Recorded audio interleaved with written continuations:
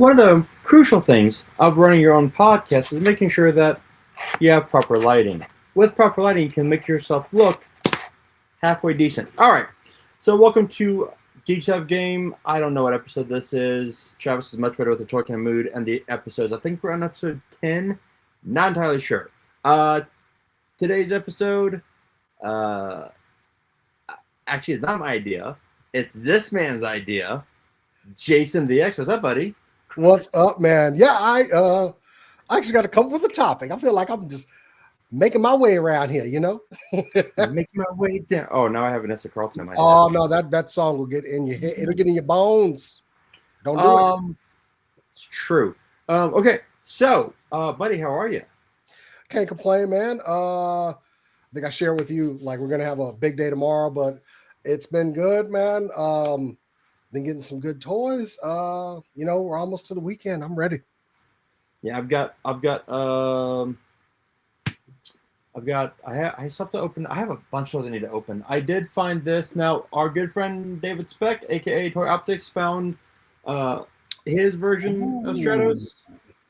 This is the Bluebeard. Apparently, the Bluebeard in the original version is hard to find. So I like that. He said the one he got, the jaw was too wide. I'm like, this looks fine to me. I actually might keep the vintage ones in the box solely for the backing is so much like the original. I love it. And then I don't know if you saw these when I posted them. Also, I do get my Punisher in this Friday, so I'm excited about getting that. The Disney Plus version of the Punisher. Oh yeah, that fig's good. I think I already put them on the shelf. But did you? Yeah. That and the Daredevil, man. The Daredevil was really good. So I need to unbox him. So I have my one when Marvel Legends. It was the man thing Build-A-Figure. Yeah, and it's okay. Yeah. That's actually my Daredevil that's like been my favorite since then. But you haven't gotten the new one yet. He's over there. I just haven't opened him yet. Is he better? I'll wait till you. Yeah, way better. I like it. I like it a lot better. It has replaced the one on my shelf. I've been taking advantage of some of the deals out there. I got the firefighter and the divers fairly cheap. So yeah, just be patient. They're clearancing out. So I know. That's why I haven't gotten Blowtorch. I know Blowtorch will go on sale. I've seen. Yeah, so I know Walmart's already starting to clearance stuff out. But I got these, and these are amazing. My triple signed. This is the Free Comic Book Day Energon Universe. This is I got Daniel Warren Johnson, Robert Kirkman, and Joshua Williamson. And if you are reading the Energon Universe, you know that they've been killing it. And then this one caught up before they make some moves on that. Oh, and then this is the comic they were giving away in the panel at the Energon Universe panel. Lucky duck. Yeah, and I got lucky. And I always joke, joke with Travis, but he actually did get me an interview with these three guys. So actually, if you go to the GHC YouTube channel, my interview is with Kirkman and Daniel Warren Johnson. Yeah. Johnson is an amazing dude, man. That was a solid interview, man. I was jealous of you. I was like, what? Kirkman? Really? Yeah. Kirkman's amazing. Kirkman's funny. But I went from the panel to the interview, got these signed, and then the next day, because that was Saturday, on Sunday, I ran to CGC. And it was like, protect these. You know what I am excited for this weekend, though, I'm hearing good things about, and that's the new Predator movie. Apparently, certified fresh. Yes. I like that franchise, man. I still have to watch, was it Killer of Killers, the animated? Killer of Killers was really good. I know, I need to watch. I might watch that tomorrow, actually. Also did a lot to expand the franchise, which I think, after so many years, it kind of needed that, but excellent. I love anthology series. Those are my favorite storytelling things.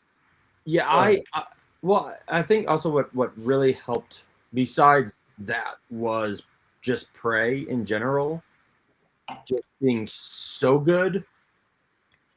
Just a badass movie. And that girl, Amber Mid Thunder, like that friggin' name, man. I'd marry that girl and change my damn name. You know that last name is like when you get married to her, like, man, I like my name, but Mid Thunder. Yeah, you know what, but baby, I'm changing my name to yours. I'm gonna go with that one. Yeah, exactly. But yeah, Prey was definitely one of my favorite like movies, man. So I've always liked the Predator franchise for good and bad. A lot of bad, but you know. This is actually almost the topic. I'm going to save this topic for another one. But Predator 1, Predator 2, solid. Agreed. I didn't watch any of the Alien vs. Predators because I didn't really like. I didn't see them, and then all my friends shed on them. I'm like, I'm not going to watch it. Sounds waste time. All I knew was Dark Horse Comics, so I had to go watch those. And inevitably, I was disappointed. But you know that. Yeah, and then Predators, where they're on with yeah, it wasn't bad. It wasn't bad. The guy who plays Scorpion, the wasn't he the samurai? He was like the Yakuza member that they have. Yes. Yeah, like I wanted more of that.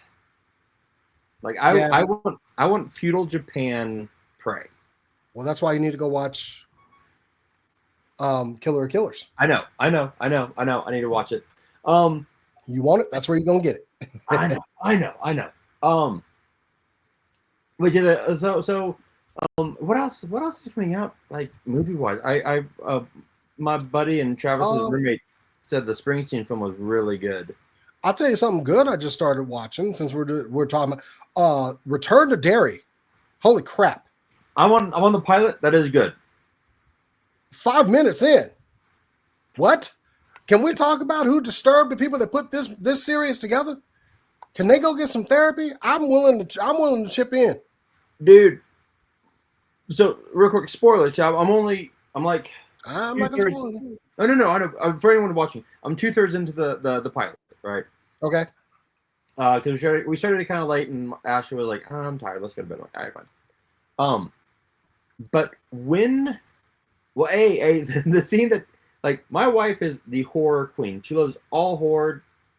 She does not get like this, like, But when the mom was giving birth, ooh, my wife just goes, "The fuck are we watching?" There was a whole lot of F-bombs being dropped from my couch of like confusion and horror. I think I'm about 4 episodes in now. Okay. Probably going to finish it off this weekend with the wife. Okay. But damn, that series is good. Along with Weapons, which I think we talked about last time we did Geeks Have Game. And that movie is really good. If any kids come running at me like those kids ran in Weapons, I'm just kicking them over. Not going to ask any questions. I'm not going to make no determinations. I'm just going to kick one of. I think ever since Children of the Corn, whenever I see kids just coming at me like that, it's like, you know what? Game on. I think we've talked about the scariest thing is kids in the middle of the night. I told you about like. Oh no, you said your scariest thing was hordes, like aliens, like the whole. Horde. Yeah, that's the pretend part of it. But there is no scarier thing than a small child, which I have 2 that are grown up now, getting right up next to your ear and saying, "Daddy." Oh God! In the middle of the night, in the dark. In the dark. I'm surprised one of my kids hasn't been slugged by now. I mean, actually, same with me, because I would do that to my parents. I feel like why are they whispering? Just, you know what? Say something from across the room. I don't want to hear it. You don't want to, wake your parents up, what's up, Travis? I'm in the middle of watching. I need to watch Alien Earth. I need to watch that. I've heard it's really good. I started it. I need to go back and finish some of it, but yeah, I think Return to Derry is pretty much like I have cardio shows I watch at the gym on the machine. Okay. Yeah. I ain't watching Return to Derry on the machine. That's at home, so I can freak out in the privacy of my own home, and people can't see, me going, "Oh no, like." I would watch that and fall off of a treadmill. Like something would happen. Real quick, going back to the opening of Welcome to Derry. The fact that when the kid got pushed through the window and his like pacifier, I'm like, what is the velocity that kid is going at that it breaks the glass? Yeah, my mind was doing some disturbing math as well when that scene happened. Yeah. Look, I mean, you haven't even scratched the surface, dude. I know. Really fucking crazy stuff in this movie. So, I mean, in that series, I highly recommend anybody, if you got some time, go check out Return to Derry. It is not disappointing, and it grabs you quick. Yeah, quick. Yeah. The only thing, and the only thing that kind of bugs my wife and a little bit to me is the actress who played like the little girl. Not, I mean, little, but you know, the one that like hears through the shower. Her acting is not the best so far. Maybe she gets better. Nothing's like solid. Nothing's 100% perfect. But the two dudes, they're actually pretty funny. So I'm like, all right, Welcome to Derry. I know it's gonna be good. Right now, my wife is on a reality show binge, so we are binging Married at First Sight, which I could do a whole show on that. Can't do reality shows, but then, you know, that's fair. Here's the thing. It's for somebody, not me. Here's the thing. For the most part, like 99%, well, 100, they're all garbage. But the drama that you get, it's kind of nice. It's kind of nice. Okay, so this episode though is not reality. It's not sequels yet. It is. Bring it up. The best animated show is coming out next year. And I just remembered that I'm going to make another slide because I forgot. You know what? Thank you, Just Jeff. Married at First Sight and Love Is Blind are both like the beginnings kind of garbage. Like the first few 4 episodes, garbage. Once you get into like, you know, it's like the real world. Like what happens when and start being real? Oh, that's when it's great. That's when it's amazing. That's when you're like, oh, these people shouldn't be together. They're gonna get a divorce. They're gonna stay together. She's a bitch. He's a douche. Like, oh my, that's when it gets good. That's when it gets good. Thank you, Jeff. Fuck yes. Okay. Oh, wrong one. There we go. Okay. So, the first one, Stranger Things. Ooh. Okay. So, I didn't know they were doing an animated show. B, that trailer for season 5 grabbed me like I fucking like what's a great chokehold, like it was an Undertaker chokehold. There we go. Because I've been pissed at Stranger Things. I've been annoyed with them. You shouldn't take 5 years in between seasons. Just saying. But you play Queen and Who Wants to Live Forever? Like, bro, how do you say no? You gotta. I mean, actually, we got this announcement back in 2022, back when they were announcing for like season 4 that they were going to be expanding with spinoffs and everything. And animated series was not what I was expecting. I was expecting like a direct spinoff, live action and everything. But then we learned we did learn in 2023, like they were going to make it animated, which I wasn't expecting. I mean, I was like, oh, okay, cool. Animation, if you take your time, always does take a couple years. I mean, like, what is it? The Huntrick show, K-pop Demon Hunters. They just announced that sequel, but it's going to be like 2029 for that. So, it all takes time, but here we are. And this is coming out sometime in 2026. It's we don't have a solid date on it, but it's supposed to take place between like seasons 4 and 5, I believe. Well, that makes sense because she sees them as teenagers and not adults. Just saying. that always does annoy me. It's like it, but someone made a good point. Like, well, this is a true '80s show now. You've got adults playing teenagers. So like, fair, Oh, fair, fair. yeah, Um, that's a fair point. But yeah, I think it's to be determined. I don't think they're pulling anyone from the cast of Stranger Things as the voices of these characters, which I think they're just trying to, like Stranger Things, it's a good franchise. They're just trying to squeeze whatever they can out of it. And animated's always kind of a way to just get more of the lore. You don't have to worry about the cost of visual effects. And, if your cast members are going to, file restraining orders against each other, whoa, I don't know what to think about that one as far as Stranger Things. But back to this animated series, I'll watch it. The animation style looks kind of cool. you know what? It reminds me of a show. I can't remember what it is. Like this art style, it reminds me of, I almost want to say it's like a video game or something I played. And I've been trying to put my finger on what this art style reminds me of ever since I saw the announcement stuff. You are not wrong. I just can't think of the I think it's a video game.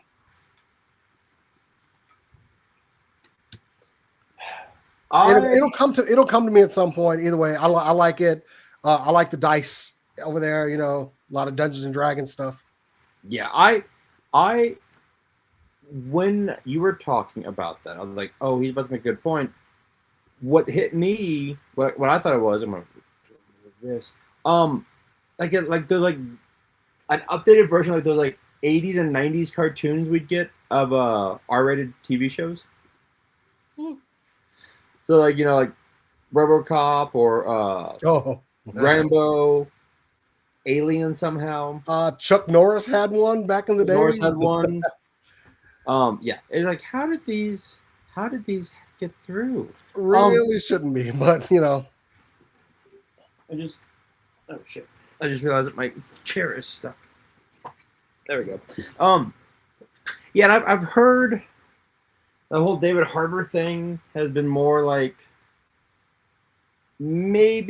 just maybe 11 was being kind of diva-ish and he was telling her to knock it off. Guess they won't be doing any of the press tour stuff together. So no. Okay. While I figure out why this isn't uploading, have you seen the trailer for Stranger Things? Oh yeah. What did you think of it? I think we're not gonna. I'm sorry to say this, and I hate to. I don't think we're gonna go out with a bang. Really? I don't think they're gonna stick the landing. Okay. I'm hoping they do, but something about this trailer, it's like it just tells me we're not gonna stick the landing on this, and I hope we do. I have doubts. I mean, like I didn't have the same feel of finality, I guess is the word I'm looking for. It almost feels, but you know what? It's a trailer. I can't really make a good determination. It just gave me like the. Okay. I'm still gonna watch. I want them to do it well. I mean, but it almost seems like at this point we got to rush to get this done because these kids are pretty much aged out of the roles by now.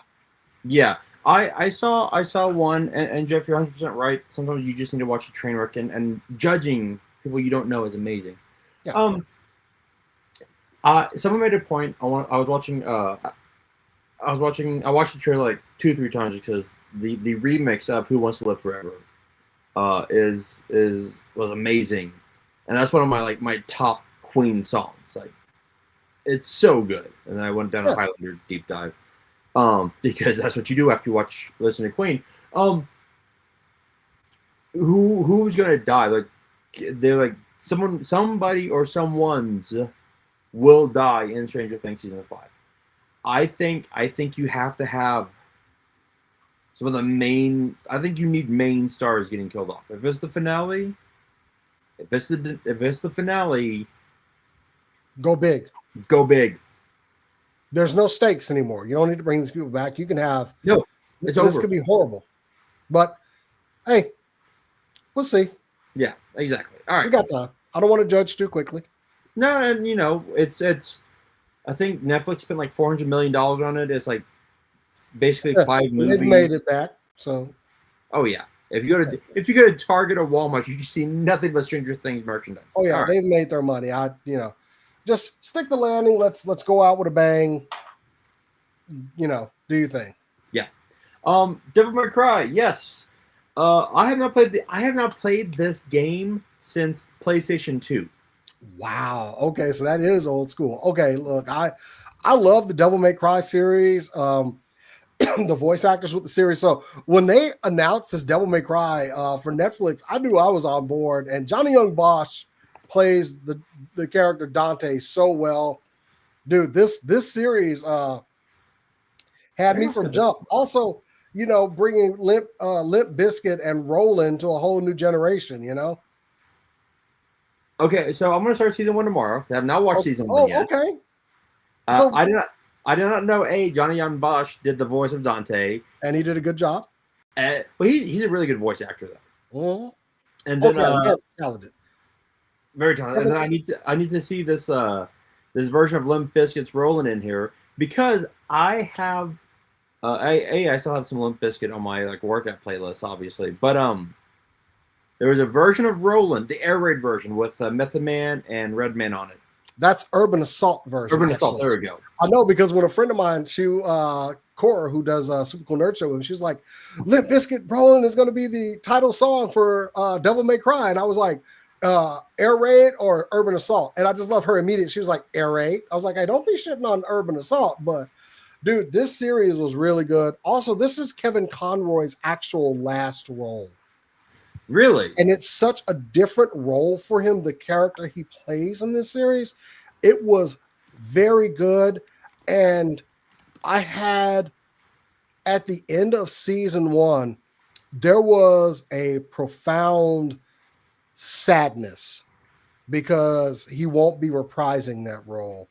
And it was definitely something that he probably enjoyed. I got to interview him once, and he enjoyed things where he got to expand. He was a theater actor, after all. So he was very good in this series. I enjoyed him immensely. And I thought we were only going to get like a small bit of him. No, he is prominent throughout the series. So yeah. Truly, he did a very good job. And I'm just jealous you got to interview him. I mean, he was a great individual. Gone too soon, of course. Yes. Cancer can, go fuck itself as far as I'm concerned. But 100%. yeah, he did really good in this series. So I'm glad that Netflix got off their ass and started season 2 up for this very quickly. The music was great. It had the feel of the characters from Devil May Cry. It was one of my favorite things. I think my wife and I actually binged that thing in a weekend because it was just so compelling. And you talk about a series where it's like, oh, you can skip intro. No, we will not. We will be listening. We will be rolling. We doing all this. See, not even one time are we skipping the intro. No, sir. there are certain shows where I do not skip the intro. Okay, it's not like that one, but like Peacemaker, never. Nope, never. This not one, even once. Never. Okay, I'm gonna do a quick detour because of I was talking about anime and animation. I forgot about this show from like 2 years ago, last year. Okay. Let's see here. I don't need to make sure audio. Okay, here we go. Blue Eye Samurai Season 2. This show.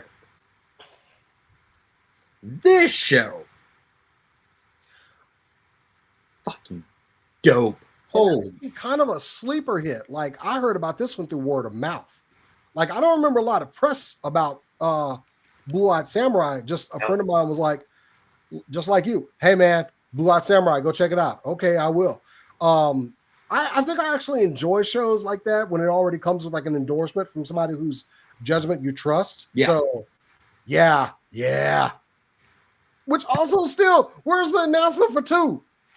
Dude, like literally, I'm like, let me see. And I went to I just went on to Google. I'm like, is there a season 2? And it just said there's no confirmed release date, but it's Netflix has confirmed the series is in production, and creators have hinted at a 2026 window. What year did the first one come out? 2023. 2023. Okay. So we're within that window that we could get a sequel. So Yeah. 2 to 3 years for any type of animation. 2 is really rushing it, but 3 is a good solid, like, for any series. I think the people behind Invincible don't get enough credit how quickly they churn theirs out, but that's for later on. Anyway, that's true. And then let's see. Actually, but no, Blue Eyed Samurai. That's one of those shows where I told my parents about it, and my parents don't really watch cartoons anymore. And they were like, "This is amazing. This is absolutely amazing." I'm like, "Yeah, I know." And admittedly, I was late to the game on that one. Like I said, it was mostly word of mouth, and by the time it got so word of mouth, I was like, "Okay, I got to go watch this now." It's calling to me now. People keep telling me about this show, so. Yeah, but the benefit of it being on Netflix, hopefully they never take it off. And you know what? Because it is a Netflix property, I don't think they would. But right. Netflix likes to fuck us over. Yeah. You know what? Speaking of, let's just jump right into it because I have not finished the last season. It is Invincible. Oh, you haven't finished last? Okay, look, if you were a fan of Invincible, and I was, and you got those omnibuses, start flipping through them. I love these diner intros that they do every time. Yes. They've done the Cecil, Alan the Alien. Now we got Mark and Eve, and the things like totally wrecked out. Invincible goes hard, man. They just do. Hard. And I kind of I was afraid when I heard this series was coming to Prime Studio. I was like, okay, it's going to be violent, right? It's going to be bloody. It's good. And I mean, honestly, there's some stuff in the book that they have not even touched on of how hard that comic goes. But I think they've gotten pretty close with the Prime series. Oh, I mean, I got through to season 3, and then I need to finish this last season. But no, it is so bloody. The books, I mean, Kirkman and Ryan Otley just killed it. And the fact that they went all 120, 130 issues. Yeah, there's no way we're going to be able to go through everything that happened in the Invincible series, okay? Unless I guess we go 10 seasons or whatever, but I don't think we're projected to go that long. I mean, I'd be okay with it, but we've already got Oliver, so we're proceeding along. That is true. True. But yeah, there's a lot. Oliver's kind of like my gauging of how far along we are. Where are we? Okay. Yeah. Okay. Well, here's the thing though. That's what I was doing with Walking Dead, and then they're like, "Oh, we're gonna kill Carl." It's like, whoops. Huh? And Invincible really hasn't deterred too much from the comic, so no, yeah. which I am very, very thankful for. But let's see here. Oh man, just a great last episode ending that season, and I see Mark's got the casts on his arms and everything. But I know he's a Viltrumite; he'll heal quick. Yeah, the voice acting for definitely this Rudy's armor there, holding his arms together, which I think they did that in the comics. That's right. Yes, it did. I've had this in my queue to watch, and I have not watched it. What can I tell you? So, Vox Machina, Critical Role. These guys were just a bunch of voice actors who decided to film themselves playing D&D, and look at where they are now. I will always ride for somebody's success, especially when you get to do something that you love and make it a business. Yeah. These guys, I mean, they brought D&D kind of back to the forefront. I know a lot of old school D&D players don't like hearing that, but no, We needed fresh blood playing D&D. So get off your high horse and go roll some dice with these newbies, because there were guys like me when we were kids, because we were jocks. We couldn't play. We were nerdy jocks, but we couldn't get in with the D&D people. You know how hard I tried? And now it's just like some, big guy chasing around some nerds, like, please let me roll these dice with you. I want to be in this whimsical world. And they will be like, hell no, you're friggin' scary. I didn't play D&D until out of the military. I think I was 35 when I first played D&D. Oh, wow. And I love it. I honestly love it. On Super Cool Nerd Show, we actually stream our D&D games. And it's just something I enjoy doing with friends. But regardless, these guys were just, as Matt Mercer would always say, a bunch of nerdy voice actors who like to play D&D. And it went from them with 3 webcams and, decent, not even decent sound, to now not 1, but 2 Prime Video shows. They've got their own module of D&D that they've created called Daggerheart. They've created a media empire off of this, and I will give them all of the kudos and praise for doing so. To go from just, 8 friends just having fun to what they are now, kudos to them. So if you and to a lot of people out there, they're like, you can catch up on all the games on YouTube. Yeah. But it is like 100 and something episodes for Vox Machina. It's going to take you some time. It took me a while to get through all of their first campaign. Damn. But this condensed version, voiced by all the people that voice these characters in that game, is just as good. If anything, it got a lot of people to jump on for their 4th campaign, which just recently started happening. So they have Vox Machina is their first campaign that they did with oh God, what was that lame name? Oh yeah, it was Vox Machina. Was the name of their group, which is honestly my favorite. I know a lot of people like Campaign 2, which also we're going to talk about that later. But Vox Machina is a solid show. It is as vulgar and dirty as they were at the table. It's a good show. It's hilarious. It has its drama moments. I think they're probably going to go like maybe 2 more seasons on that and call it quits, and then move on to their Mighty Nine show, which is coming up soon. But yeah, definitely check out Vox Machina. It's fun. Yeah, it's hilarious. I do like this kind of resurgence with D&D, who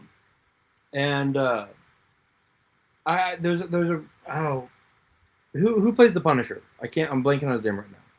Thomas Jane or the new one. John Barenthal? Barenthal. Yeah, I loved when Barenthal had Deborah and Wool on, and she was just like, "Oh, let me tell you about D&D," and he's like, "All right, hold on, break it down for me." And they have like these celebrity circles, these secret D&D groups. Yeah, I love that. Yeah. And I just like the fact that she got like John all like hyped, and he's like, okay, that's a lot of fun. She was just acting. You're just pretending again. Like, you get to be any character you want, and that's what these guys did. These characters that they made are beloved. They sell out stadiums and auditoriums when they do live plays. It's a culture behind this, and I'm glad to see it. That's amazing. Get more people rolling some dice. I will not live without D&D now. But absolutely check out Vox Machina. If it's on your watch list, go check it out. Especially before the next season. I've never played D&D, but I did do. With my company, there's like an online campaign through like with Marvel Legends or with Marvel characters. And I know what you're talking about. Yeah, and so I did. I was Daredevil just because it's my second look, which actually you get confused for Charlie Cox when you're at Comic-Con, and I felt really, really good. Okay, next one. Again, look, I've never watched Adventure Time. I watched clips, But I feel that's one of those shows in like SpongeBob where it's like I never watched that, and then like I start watching, I'm like, oh, this show's amazing. Like I love SpongeBob. I binged Adventure Time, and it was a good show. The first season I got of this show, I got about halfway through. It is definitely a show that it understands that the fans of Adventure Time have grown up. So it's a little bit Oh, more. It's a little bit more heavy. It's a little bit more adult. I do want to go back and finish it, but because it seemed like a decent show. But I mean, if it wasn't, they wouldn't have given it a season 2. What is this, Velma? Ooh, that was a dig. I didn't mean to say that. Screw you Velma. know, That show was terrible. I tried watching Velma. No, Even my wife was like, "What is this shit?" I'm like, I don't know. And yeah, it is real. It was a good show. I just one of those I just never got back to watch, but I was kind of shocked to see, hey, we're getting a season 2. So yeah. Maybe I need to get caught up on this. Maybe this needs to be my new cardio show. Oh, I mean, and you know what? Just Jeff agrees with you. Like, you should watch this. Like, I will. I absolutely had no problem with it. It just I never got back around to it. Yeah. But yeah, just good show. I'm glad I got a season 2. Nice. What is next? Next. Okay, I have seen this like on Prime. I've never watched it. It looks interesting. It's I do like this show. Long time development. It first debuted on YouTube with like 1 episode, and apparently Prime picked it up. We've already got season 1 and 2 premiered on the 29th, but season 3 is actually going to premiere late in October 2026. When they announced they did a second season, they went on and said, "Oh yeah, we renewed for seasons 2 and 3." So they were developing both kind of at the same time or back to back. So, I mean, it's got some interesting songs. I find myself singing like a couple of them from the first season, just because they were that funny. It's a good show. It can get a little heavy. But I do like the characters on there, and I see why it got renewed. That once again, another lady that started out doing YouTube animation, and now look at where she is now, Vivian Madrano. True. Very sweet lady too. We met her at the Her Universe fashion show, and she's adorable. That's awesome. Yeah, she is amazing. Nice lady, and yeah, I appreciate what they did. It took a while from that first pilot episode on YouTube, but okay, kudos to her. Season 2 was a little bit different because I think they're trying to build more of the lore. I mean, I kind of went into that knowing that a season 3 is going to be along very, very soon. So yeah, I get what they're doing. They're doing a lot more building at this point. So yeah, Aspen Hotel, good show. I'm always fine with like world building because what show was it?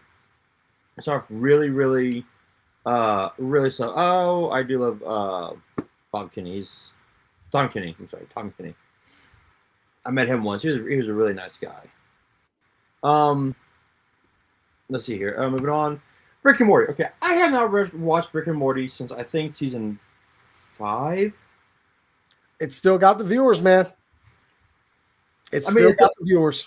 I mean, I'm not shocked. I mean, The Simpsons are still going, right? Rick and Morty.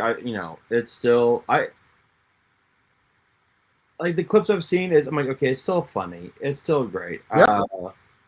I'm still enjoying Rick and Morty, so yeah. Yeah, and the new voices are pretty damn close. They're good enough for me. Yeah, they're close enough. So this will be interesting. I don't know. Maybe I'll hop on Devil May Cry tomorrow, and then maybe like next week I'll jump back into freaking Rick and Morty. I need to jump in because I have it on my Hulu. Like, do you want to watch Rick and Morty? I'm like, yeah, do I? You're gonna love the soundtrack for Devil May Cry. I'll tell you right now. Okay. Well, you got me there. Okay, The Mighty Nine. Okay, so real quick. Time out, real quick. The Mighty Nine, right? The reason I say always with the German accent. My sophomore year, I lived at an international dorm. Right, the dorm. It was an off-campus dorm, but like it was very international.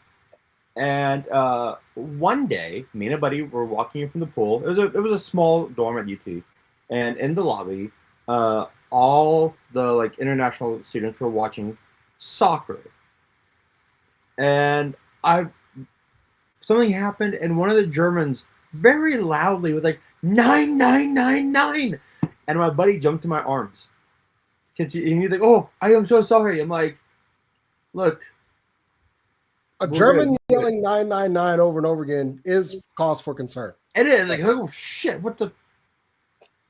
Did the Fuhrer come back? No. Oh, I knew it was going to go there. Anyway, It, well, we talked about Vox Machina. This is the second campaign of theirs, which some people say is the best campaign. Actually, no, not they don't. Some people, a lot of fans of Critical Role say this is the best campaign they ran because of the characters and the stakes and everything. okay. I think Matt Mercer as a DM was willing to throw more at them because when they were kind of doing their first campaign, the players were not as seasoned. He was still explaining a lot to them, kind of helping them along, which you do that, we're here to play a game. We're not, it's in the competition. Yeah. But I think he was willing to make the stakes a little bit higher in the second campaign. And full disclosure, I have already watched this whole thing based on my connections through Super Cool Nerd Show, and I enjoyed this more than I did Vox Machina. Really?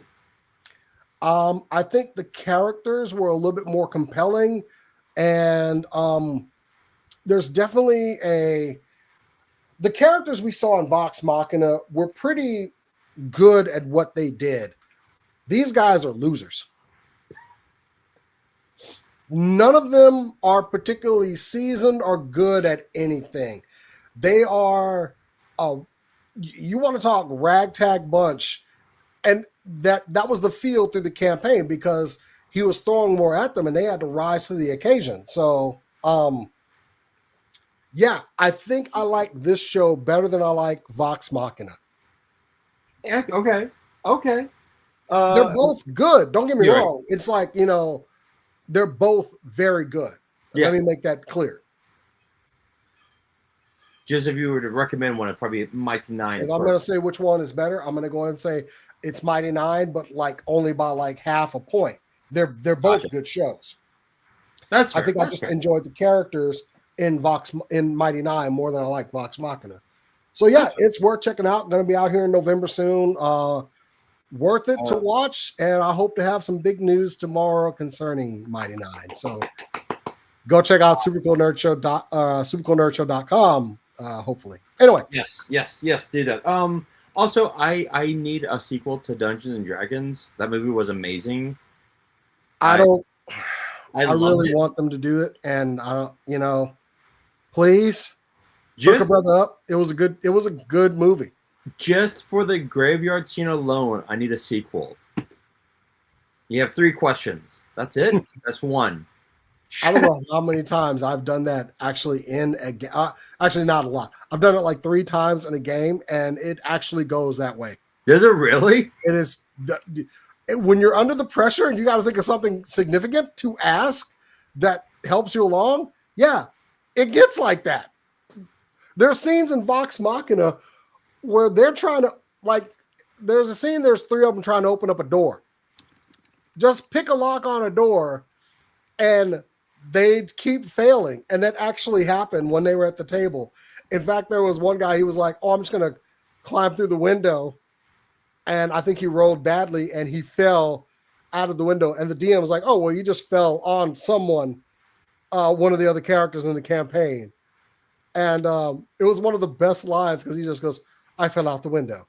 And they did that in the show. But yeah, just them trying to conquer a door and not getting anywhere. Yeah, it was, that's kind of why I like the, like you're kind of waiting for those scenes to happen in these shows. That is one downside, but I don't think it takes away from it for people that know of the source material. You just get to see it in animated form, Yeah, that's fair. I didn't play Dungeons. Oh, I will say that I didn't play Dungeons and Dragons, but I loved HeroClix. Mm-hmm. I told my wife I want to teach her how to play it Dude, I miss playing because that was one of those games in college where once I heard about it, I was like, I actually did like hero clicks like tournaments. I actually like have one that I won.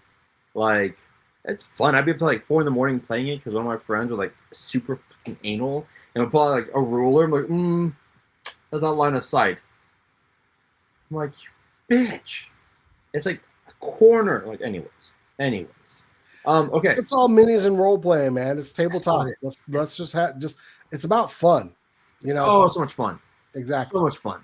Although I won't lie, because there's a content creator on TikTok that like what it's like going like doing like Beyblade, Pokemon, Yu-Gi-Oh, and it's always the guy he's playing against is like someone who like smells bad. I'm like, or like is a very very angry incel type guy, and I took one of the videos down and I sent it to like all the main toy chat, and I was like, hey, is this true? And one of the guys, and Ronnie, was like, this is 100% accurate.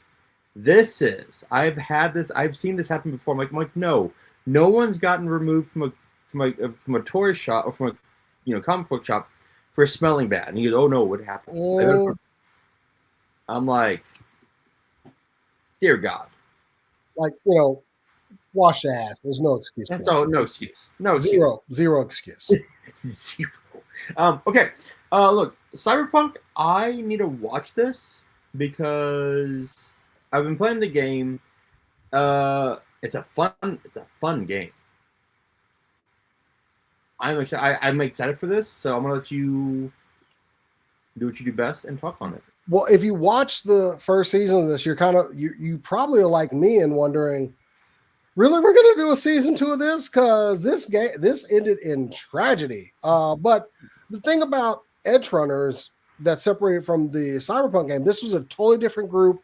This was just at what was the city? Night City, right? Yeah. This was just another group in Night City, and it was done well. It had the same feel of Cyberpunk. So, yeah, I liked how we could tell the story of this other group. So I took that into consideration with season 2 coming. So, yeah, I was kind of shocked that we were doing a season 2 of Edge Runners, though. It was a good show. I liked it, but whoa, it ended. Okay, I'll have to watch that. Yeah, it's a gritty series. Pulls no punches and like, what's the word I'm looking for? Anybody can get it. Oh, that's what I was going to ask you. Is this Cyberpunk the same where Jada's making the figures off of them? Yeah, I actually have the figures. Okay. They're really good. Well, it's Jada. Yeah. Yeah, I mean they're up on my shelf over there. I enjoyed them. They were at a higher price point because of the cloth goods and everything. I know you'll shit on them because they're Mezco like. But look, if the cloth goods are good and don't look like pajamas, I'm good. I'm good with it. Right? Okay, hold on. Hang on, I got you. He has gone to his treasure trove of figures. All right, so we got David and Lucy here, and there's still more coming, but this is the David figure. That looks dope. Okay. Yeah, I really did like, and this is pretty much like him late in the series. But I thought overall the cloth goods look pretty good. This is Jada's workmanship. Yeah. And then you had Lucy, who I know we got 2 more characters, or a couple. We actually like 3 more characters coming from this series from Jada. And I thought they were overall pretty good. She's only got like the cloth jacket, but to replicate everything else, that's all they did on her. But overall, I like the series enough that I was like, I'm going to go ahead and buy those figs. So like this. I wonder where we're going to go with season 2. Just wait till I get it. Just true. I'll be right back. Be right back. Just me, just always just right back. Be right back. Be right back. And I'm back like magically with a figure in my hand, just like from nowhere. So that literally was just sitting on the couch. So is my strong guy coming in? Do I got so many boxes I need to open up? That's the old one. I've already replaced the new one on the shelf. So I want to collect my X Factor eventually. Okay, next, this got announced at Star Wars at San Diego. Okay, talk to me. Maul, Shadow Lord. They haven't said much about it. The only thing I can think of when it comes to this is it's going to take place. I'm assuming, like what? Probably Rebels Solo. Yeah, we got a couple of years of tales that we can tell in there, man. When he took over Dark Sun, is it Dark Sun? Yeah, Dark Side. Yeah, because when we see him, so this is what I'm curious about. So Solo, and please correct me if I'm wrong. Solo takes place before Rebels because it has to, because he is the Dark Sun godfather, I guess, in Solo. Yes, it does, because by then Lando didn't have the Falcon anymore. Yeah. In Rebels, so yeah, it takes place before Rebels. Yeah, okay, that's what I thought. And then also in Rebels, spoiler from our show, he does die. In an amazing battle with Obi-Wan, which I love, dude. I love Dave Filoni, but give Sam Witwer like a show or something, because Sam knows his Star Wars just as much as Dave Filoni. What's up, KJ? Freaking Sam knows, like he even like will battle or will one up Dave Filoni. Dave Filoni knows his freaking Star Wars. So which nerd knows more? The battle of the nerds. I mean, but look, let me bring this back up. Like this, anyway, this is like the only image we've really gotten of it so far. So it's very much in the style of Rebels. I am so that saber looks wicked back there, though. Oh yeah.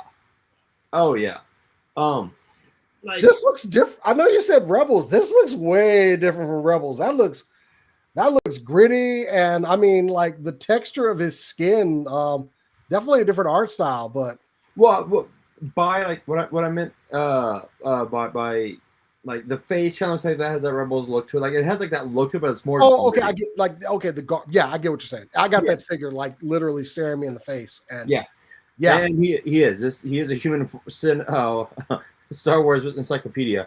And I am dying to see where they take this, because I will say this: I did not hate Book of Boba. I didn't either. I didn't hate it. I thought it had some pacing issues, but I liked how Boba became like a kingpin. I'm very interested to see how he becomes leader of the Dark Sun. Black Sun.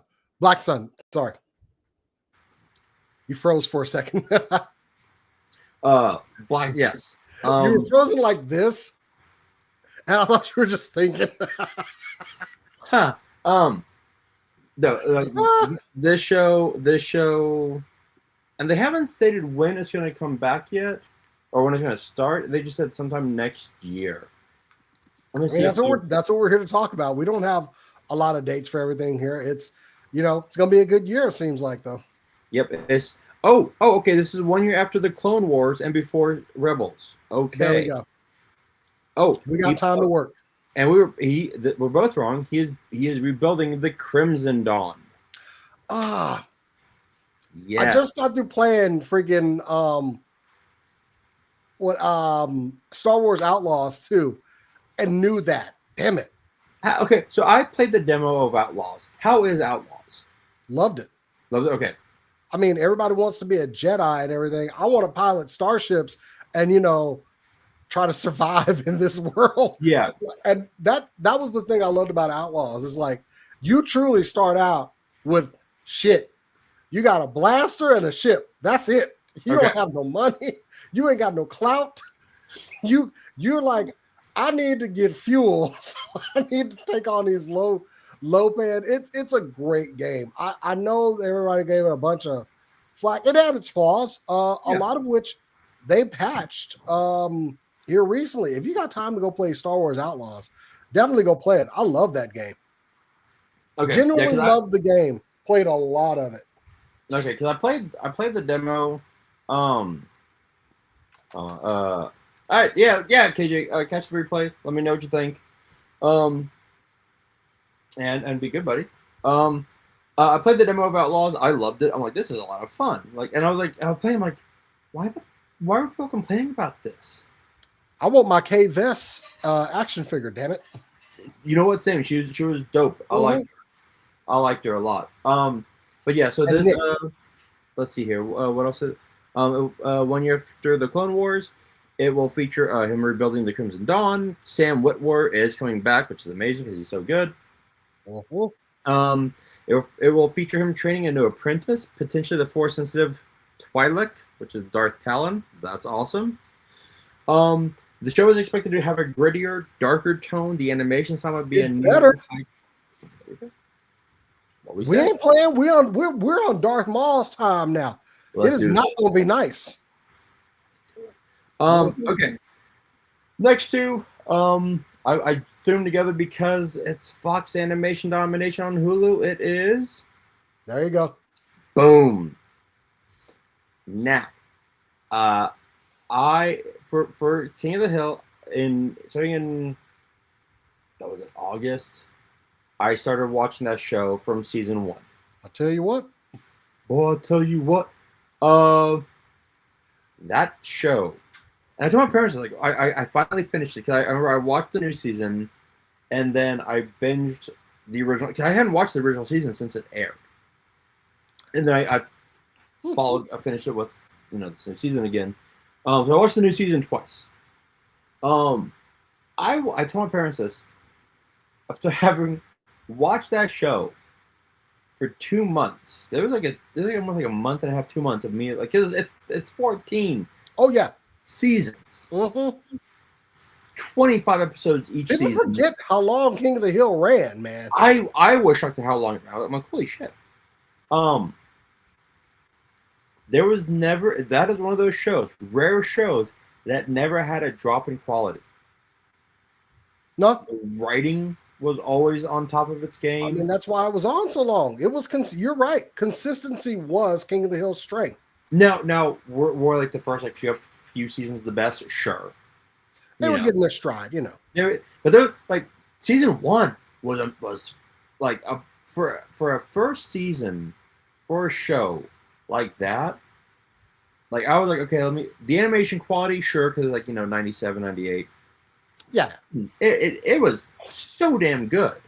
That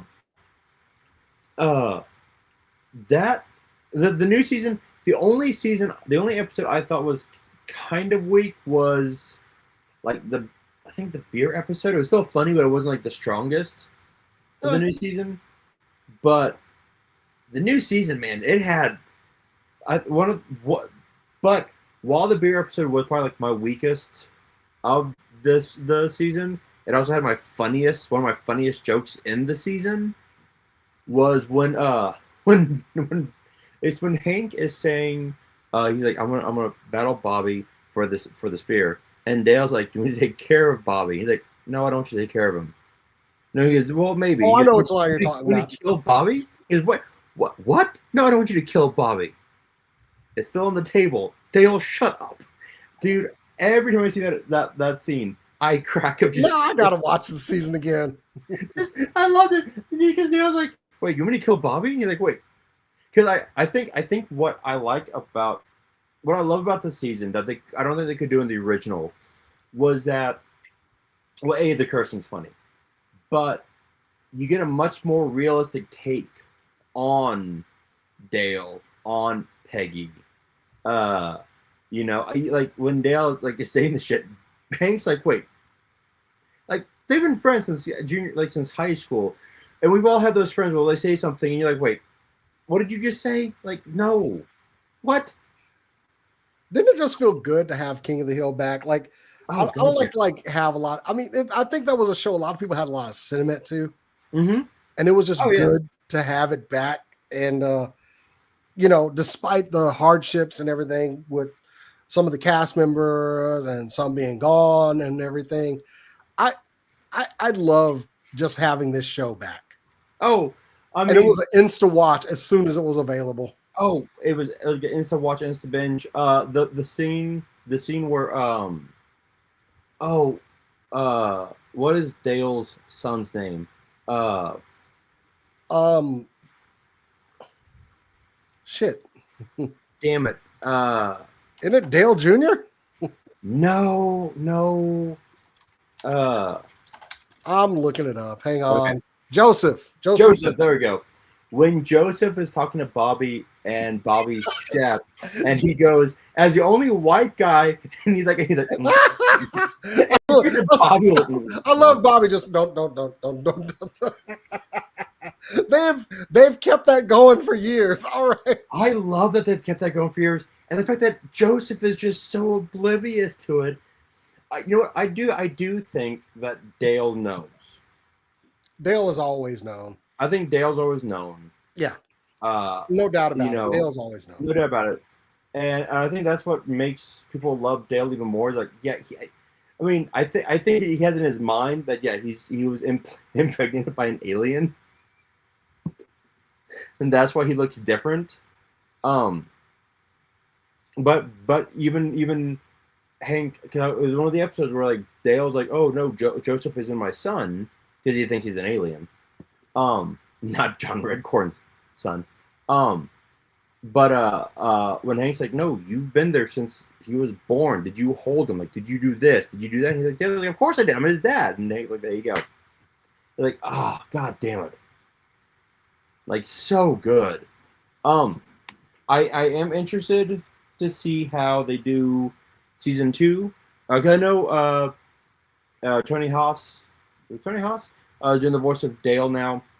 Right. Yeah. After the original Dale's voice died. And we got some of that in the last season too. Yeah, like the second half. He did fine.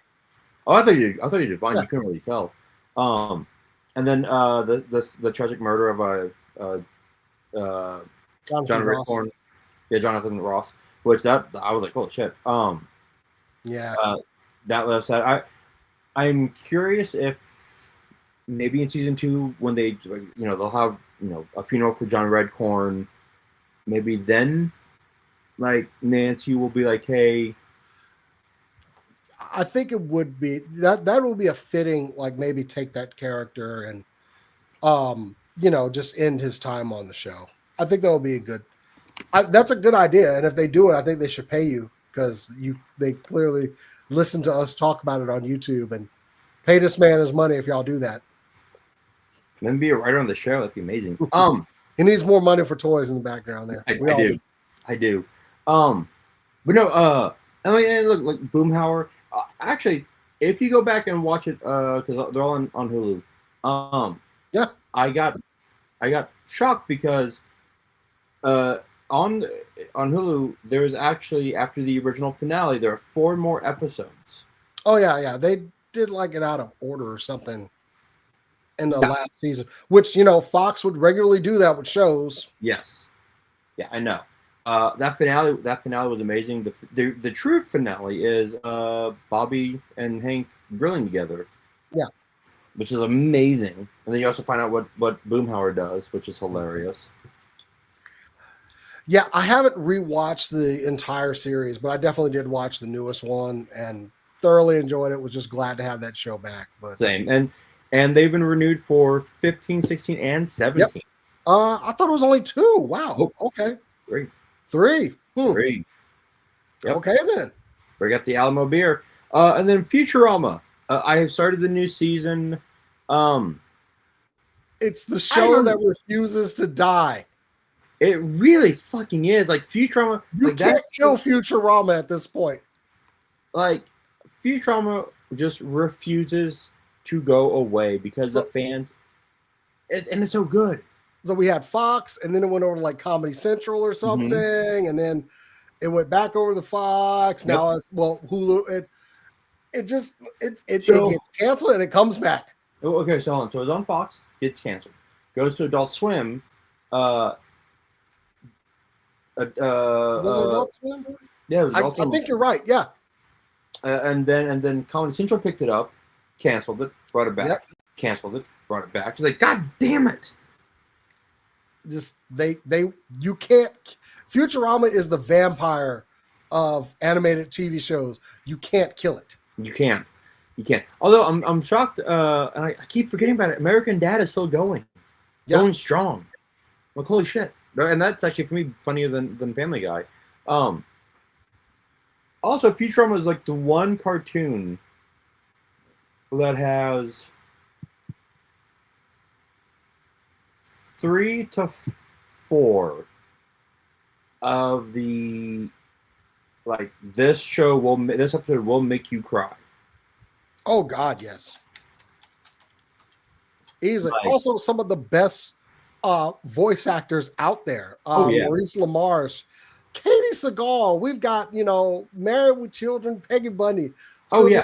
Billy West, John DiMaggio, Phil Lamar, Phil Samurai Jack, Green Lantern Lamar. Yeah, I need more Samurai Jack. Who's done everything? Like, I can't say enough about Tress MacNeille is in the cast of this.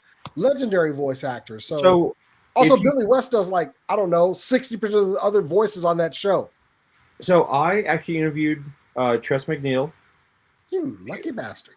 A few years ago, I interviewed her and Rob Paulson, and I was going to. What's up, Brian? I was going to interview Maurice LaMarche, and he left before I could interview him. Oh. Almost got the trifecta because they were there for the Animaniacs revival. Oh, okay, yeah. And Rob Paulson was amazing. Yeah, I forgot. Tress was, but I was talking to Maurice, so just talking to him because he was a wonderfully nice gentleman, and I forgot that he does. Not surprising at all. No, I forgot that I didn't. He did Hedonism Bop. Dude, he does a bunch of voices on that show too. So and I was looking at my way. I'm like, "What the fuck you do Hedonism Bop?" And he goes, "Jumbe." I'm like, "Oh fuck." So I love that. Jumbe.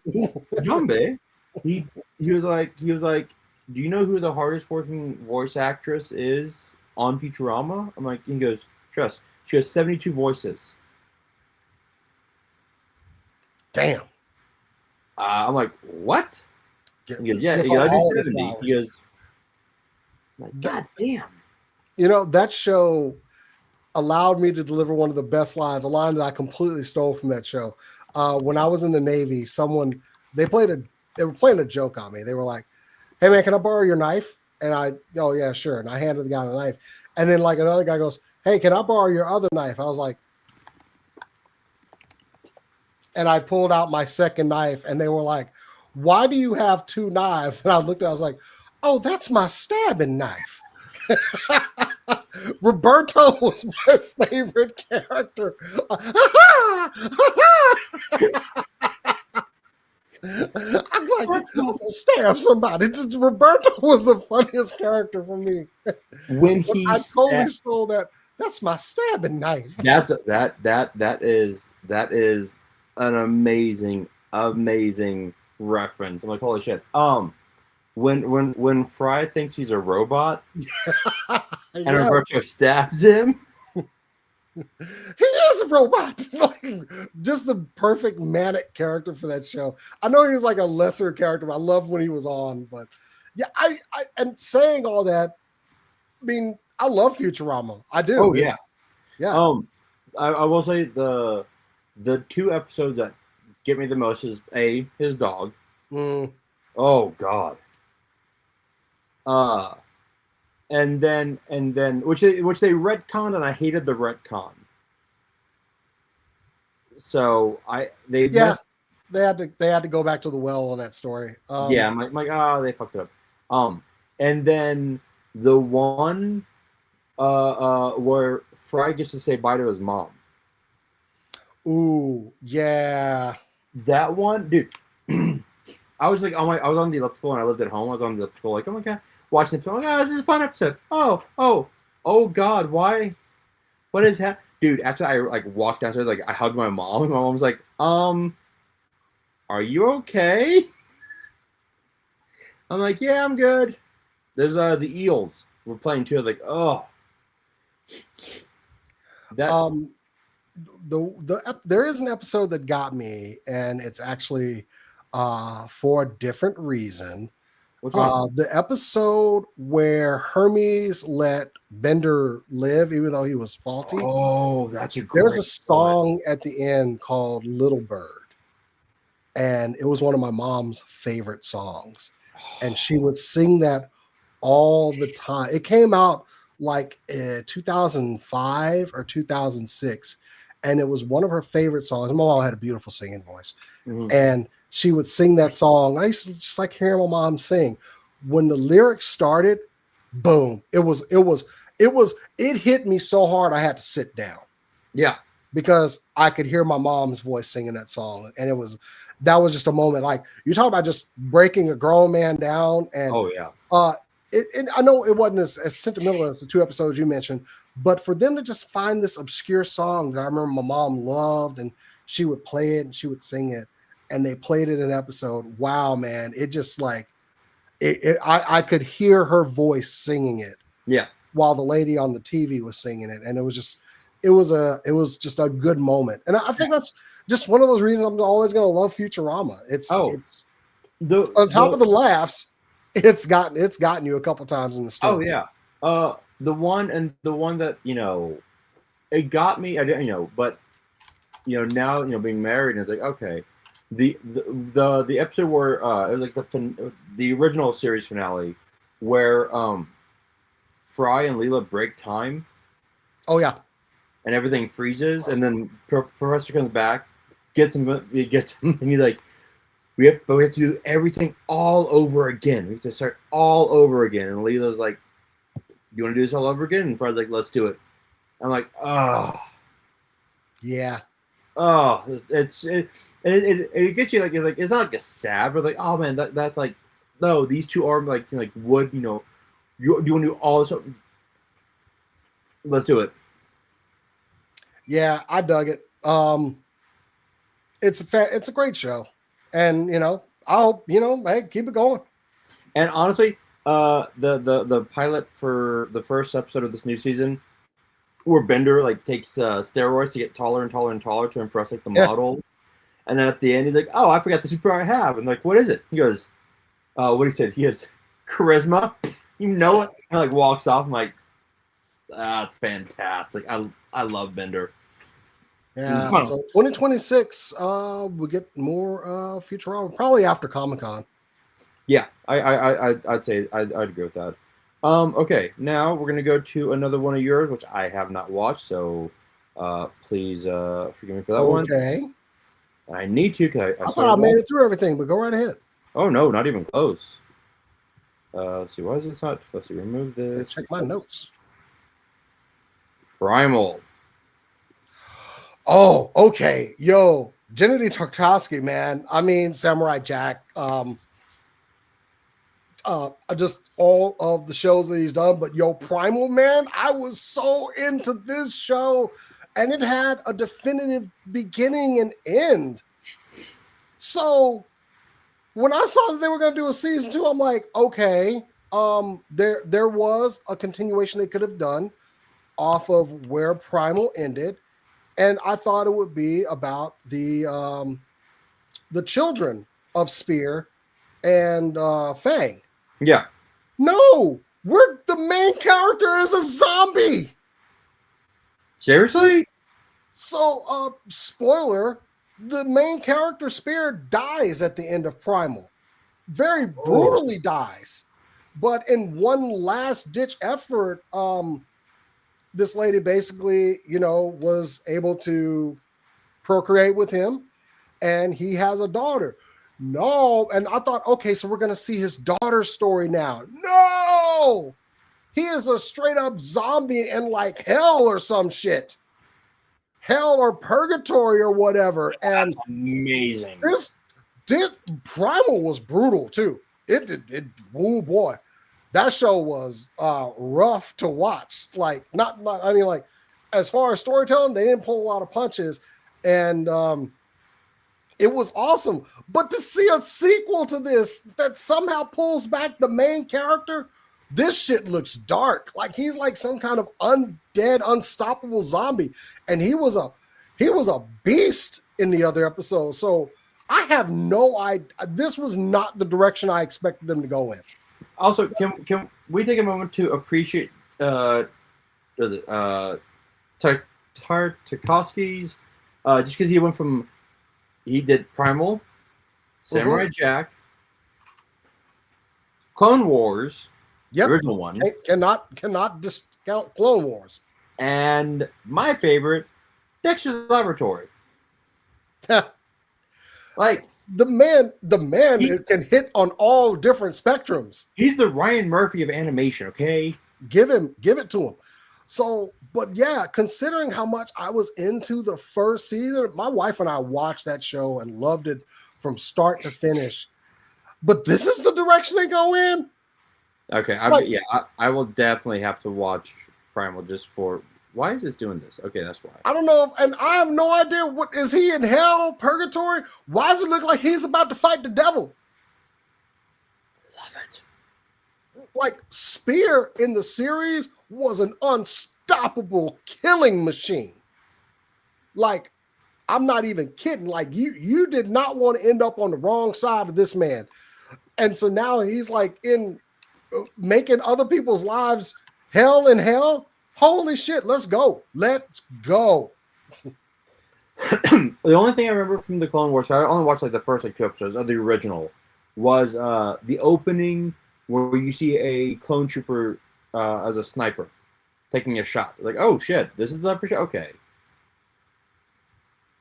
We got Baldy Lux and hey, Baldy. All right. Yeah, man. Solely down for more Primal. Just didn't expect where we were going with this, but yeah, Genity, man, the guy has done it all. I went looking back on some old comics. You know, he did a Luke Cage comic back in the day. Yes, he did. He did. I love that art style of his, man. Oh, I know. It's unmistakable, never duplicated.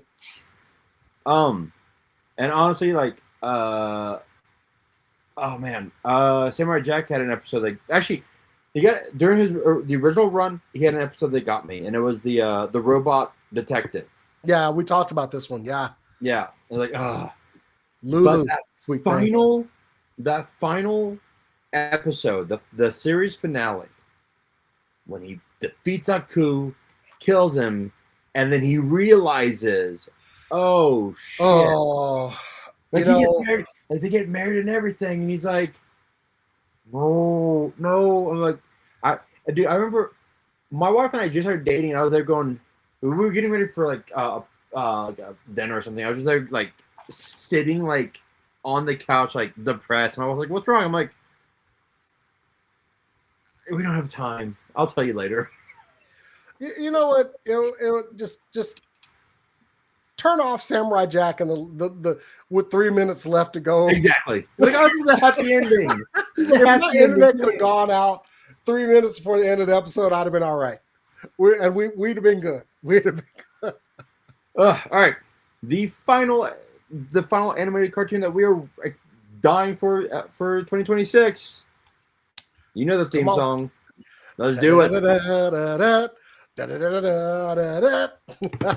Dude, when they redid the theme song for the new season and added that like little drum solo at the beginning, I was like, what the fuck? This show, I mean, what are we talking? 1995? Yeah, 93, 94, 95, yeah. Was, I mean, brought the X-Men to the forefront. Fox gave them a chance on Saturday mornings, and to be resurrected years later, especially after that shitty last season where they switched animation companies, messed up the storyline, and then we got arguably as good as animation with X-Men Evolution and Wolverine and the X-Men. But to bring it back. Yeah. You know, one of the best points was when Disney Plus, for me, when Disney Plus first released, I think I told you this, but my daughter was exploring Disney Plus in the living room and ran into my office back here and just screaming and excited. And she's like, Dad, there's an X-Men cartoon on Disney Plus. And I was like, oh, really? She's like, yeah, I've never seen it before. It's brand new. So as she like starts describing that first episode, she's like, and Storm and Rogue are in a mall, and then the Sentinel comes in, and then Rogue's hitting the Sentinel, and then they save Jubilee, and then Cyclops is out in the parking lot, and he shoots the Sentinel's head off, and I'm just like, tell me more. Go ahead, baby. Tell me all about it. And just that excitement and me having to break it to her, like, sweetie, that show came out when I was a teenager, and the look of disbelief on her face was like, no, you're playing with me. I'm like, why do you think there's like 7 seasons or whatever on there? But true. That pure excitement of watching someone over this show that was so many years old was just magical. So believe me, I love that Marvel just kept giving us little snippets every now and then that they were coming back to the X-Men.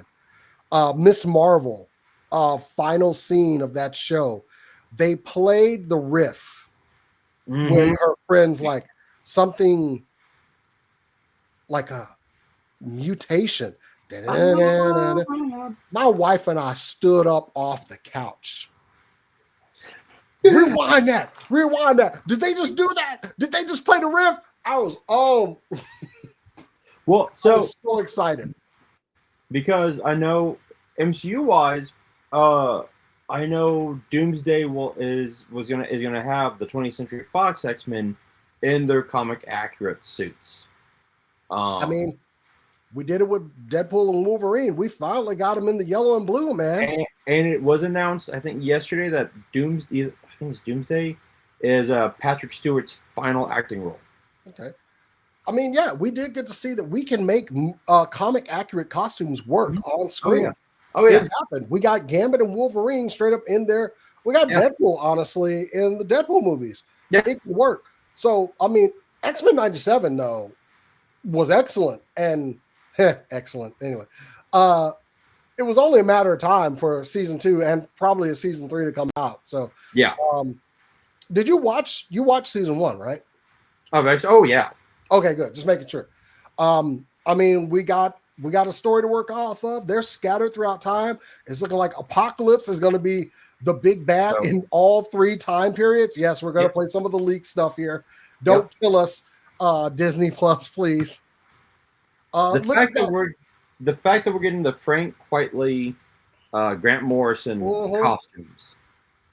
He's got the gray visor there. Jean's doing the claw thing. I'm not sure. Like, is that a power down for Jean Grey having to like do physical claws on her hands? We're talking about a woman who's a telepath, telekinetic here. I mean, whatever. It's a good visual. You know, I'm not going to question it too much, but when are we going to get this trailer to the general public? That's a wonderful question. I like that we're getting Sunspot. We're getting Kid Omega. We're getting a lot of we're getting X Factor again. I always did like that costume, and that's the one they went with the Marvel Legends version too. So I actually love that X-Force uniform wave because we got that in Execution or something. We got at the end when they all got new costumes, and and granted with some of the figures they've mixed and matched those a little bit. Like Farrell is in her old costume and not the one from there. Boom Boom is she in her? She's in her pink. She's in that uniform. She's in her OG gear. Is that the OG gear? That's her OG gear. I'm looking at the figure right there. Yeah. Mine packed away. Okay. Yeah, she had the vest and everything. She had a whole. Oh, that's right. That's right. And Shatterstar is in his OG gear. So there's still room to redo those figures. I think Warpath kind of got like a mix of both. So. He kind of did, yeah. I will say, X-97 was hard for me to watch because my brother passed halfway through, and the day I was leaving to go back to Austin for his funeral, I told my wife I woke up a little early to make sure I watched X-Men. Right? I'm like, no, I'm not going to miss any episodes. I'm gonna watch this. It was the fucking episode that Gambit dies.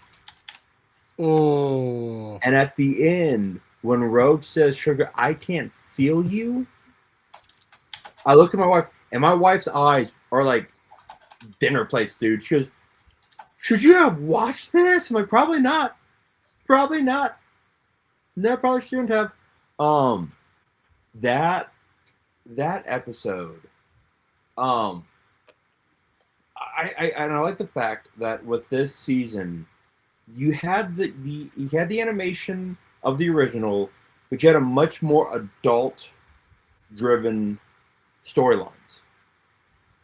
Like when Magneto, what does he say? Terrorists aren't usually. What's the line? Terrorists don't usually run governments. And he goes, "Oh, but yet you elect them to run." Mm-hmm. And you're like, damn. Magneto has some, man. That first, not the first episode, but when he went before the UN. Oh yeah. And that speech he told them, oh man, I felt that. I felt that speech where he was trying to tell them, I'm trying so hard to be good, and y'all are making it so difficult. And when he says, "Oh yeah, no, I can't feel that broke me." Now, granted, we are going to game it back as Death, like he will be the Horseman Death. If you follow, spoiler, if you've read comics. Yeah, if you read the comic books, you know that's going to happen. I know that he gets his power souped up a little bit. I know I'm just reading, from reading books. I know it's kind of like I know Age of Onslaught. Or I know Onslaught will be one of the bad guys. But I think we're doing the Apocalypse first. I think Onslaught is season 3. But I know we're getting the Adventures of Red and Slim because Jean Grey and Cyclops got thrown into the future with Cable. So that's going to be awesome. I still want to see what Jeff and I were talking about, the concept art for season 3. Let's see here.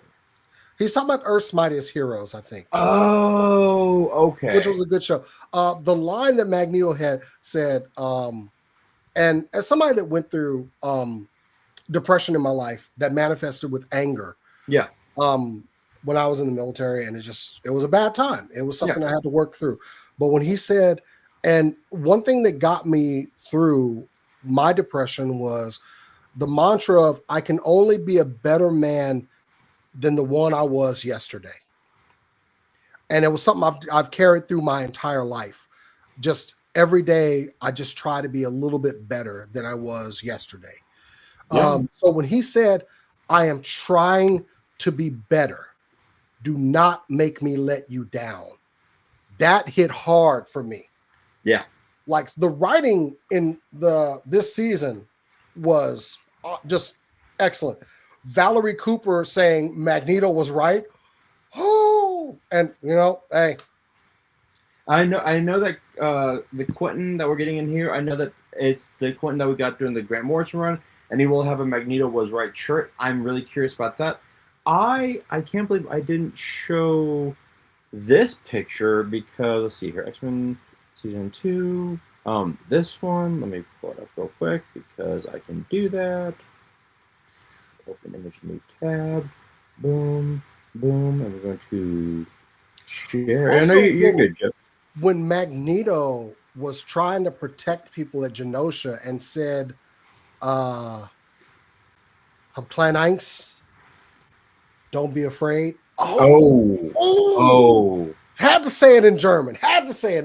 When the whole part where he what's up, Spec? About time you shut up right before you as we're wrapping up, you son of a bitch. But as far as also not making Cyclops more capable. Yes. Because look, everybody, it is easy to shit on Scott Slim Summers. It is. But Scott was making things happen. To me, my X-Men and Storm, give him the forecast. Cyclops was cold with it this whole season. And this what annoyed me so much was the fact that Cyclops has always been my favorite X-Man, right? He's always been my favorite because having wearing glasses up until 35, like I understood Cyclops.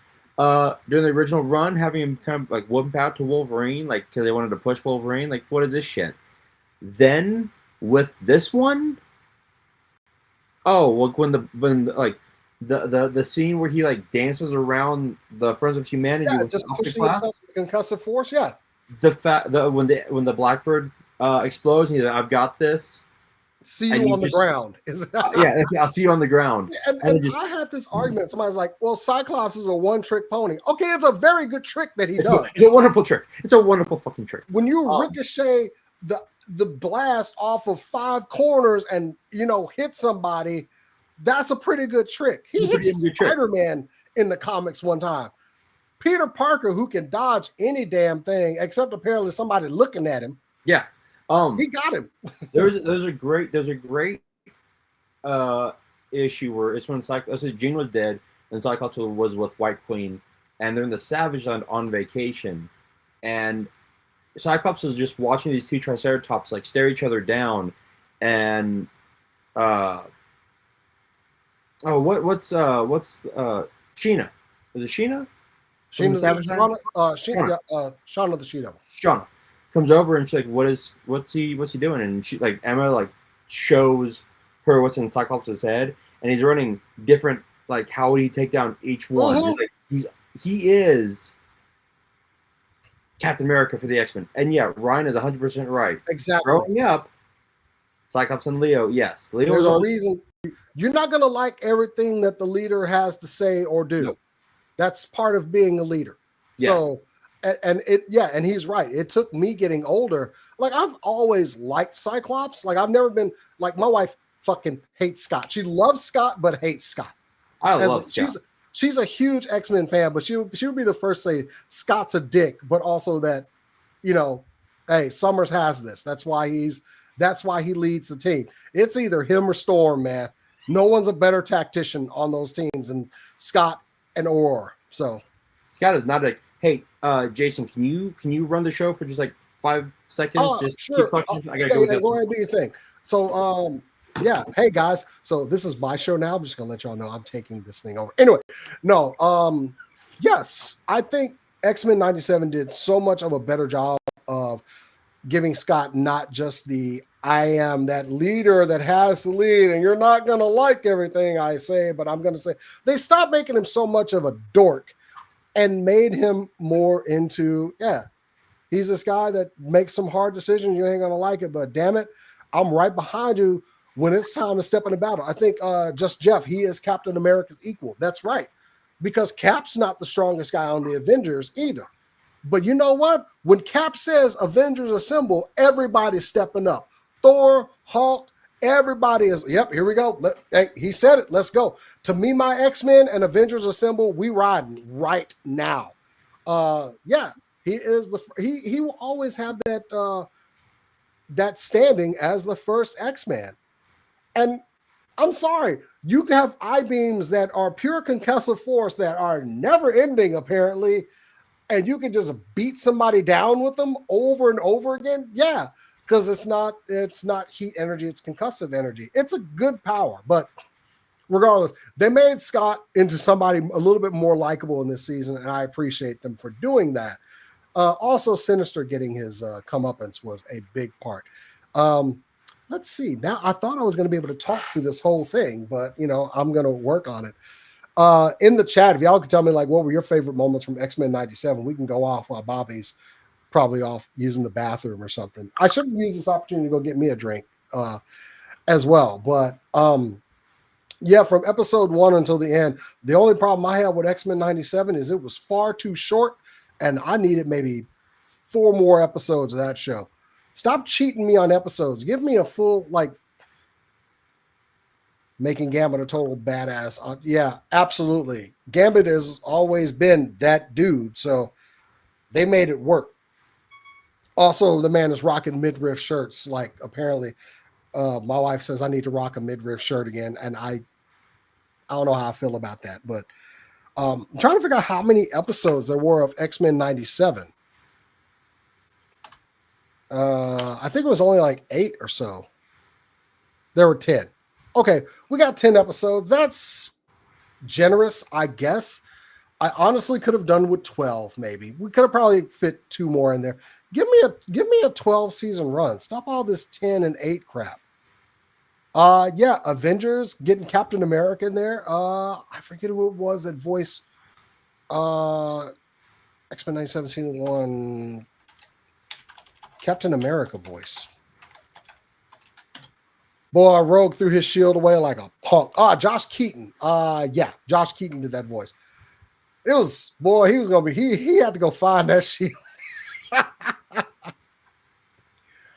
I did love that little, in that episode, they actually had her do the kick that she does from Marvel versus, or X-Men versus Street Fighter. Her jump kick was in one of those scenes. That was pretty, I felt a really good throwback. Yes, it was short. You said 8? No, it was definitely 10. Confirmed. It was 10 episodes. So I guess the last part was a 3-parter. That's probably why you feel that way. But I agree with you. I'm not going to argue. I wanted more X-Men 97.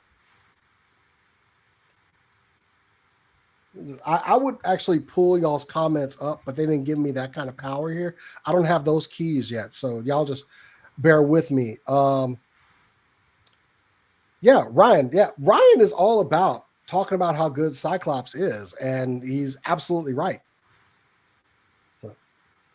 Trying to we're filling in the time. What is that guy doing? He might be taking an extended bathroom break, y'all. So he was kind of wiggling in his chair a little bit. So, just bear. I can't wait for him to watch this on the replay, unless he can actually hear me or something. I never got those keys. Oh, okay. I got to steal the keys somehow. There you go. Hella Geek has it. Yeah, it's a poop emoji. It's the poop emoji. He's back. He's out there doing something terrible. Hopefully, hey, Bobby, don't rush yourself, man. We don't. Oh. Could you hear any of that shit I was saying? I could not. Okay, good. Anyway, not. But yeah, no. We were just talking about like. I was wondering how many episodes it was. It was actually a 10-episode season. The last 3 were. It was a 3-parter, so that's why I maybe felt short. But the only thing is, like, X-Men 97 needed to be 12 episodes for no other purpose except that I'm greedy. How many did you say you needed? I needed a 12-episode 100%. run. Yeah, for, like I said, for no other purpose except that I'm greedy. 100%. Yeah. Get back. No. But Camp, I think this next season does need to be longer because you are telling these stories separately while they're existing in the past, present, and future, trying to get the X-Men back together. So I would like to see a longer season. Do we have any confirmation on how many episodes? No, I don't think so. The one thing I will say, speaking of that, the only issue I had with this past season was in the original run, in the original seasons, like Phoenix Saga was 5 episodes. Like, they took their time with these episodes, and while it was great, they condensed Inferno into 1 episode. Like, they did good. They did good with it. They did great with it. Apparently 9 episodes is the count that we're getting, so we're actually getting robbed of 1. God damn it. Okay. Anyway. Okay. I don't even know. Oh yeah, I was defending Cyclops because Cyclops is amazing, and yeah. We talked at length about Cyclops while you were gone. He's just you appreciate him more as you get older. Well, I mean, and for me, because Wolverine makes my top 10, but he's not my top 5 X-Men. I mean, it's Cyclops, Storm, Beast, now Rogue, because they've really expanded Rogue, and Nightcrawler. Nightcrawler's my wife's favorite X-Man, so I love Kurt. Kurt's great. I think, and Kitty is like her second favorite, just because she was a big fan of Excalibur. But Kitty, and right now she is leading one of the X teams in the books with White Queen. Right. which is and they don't get along. They don't get along. It's great. I love it.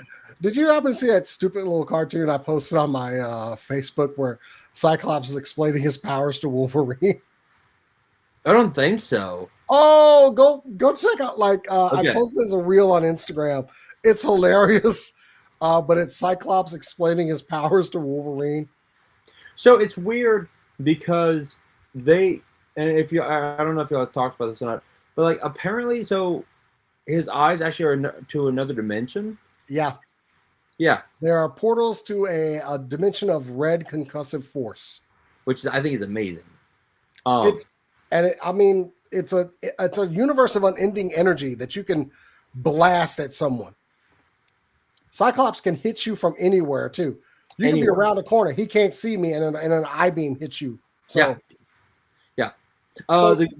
One of the greatest Cyclops moments for me was in Astonishing X-Men by Whedon and John Cassaday, where a Sentinel attacks the mansion and Cyclops like, get behind me, and just pulls off the visor, and just like the next panel is just like this full spread page of like red blowing, like, and Wolverine goes, sometimes I remember why you're the leader. It's like, don't fuck with the man with glasses. And as much as I love Mohawk Storm, I'm so glad to get full hair Storm back. I am. Baby girl looks good in the Mohawk, but we need our queen with the flowing just all the way down.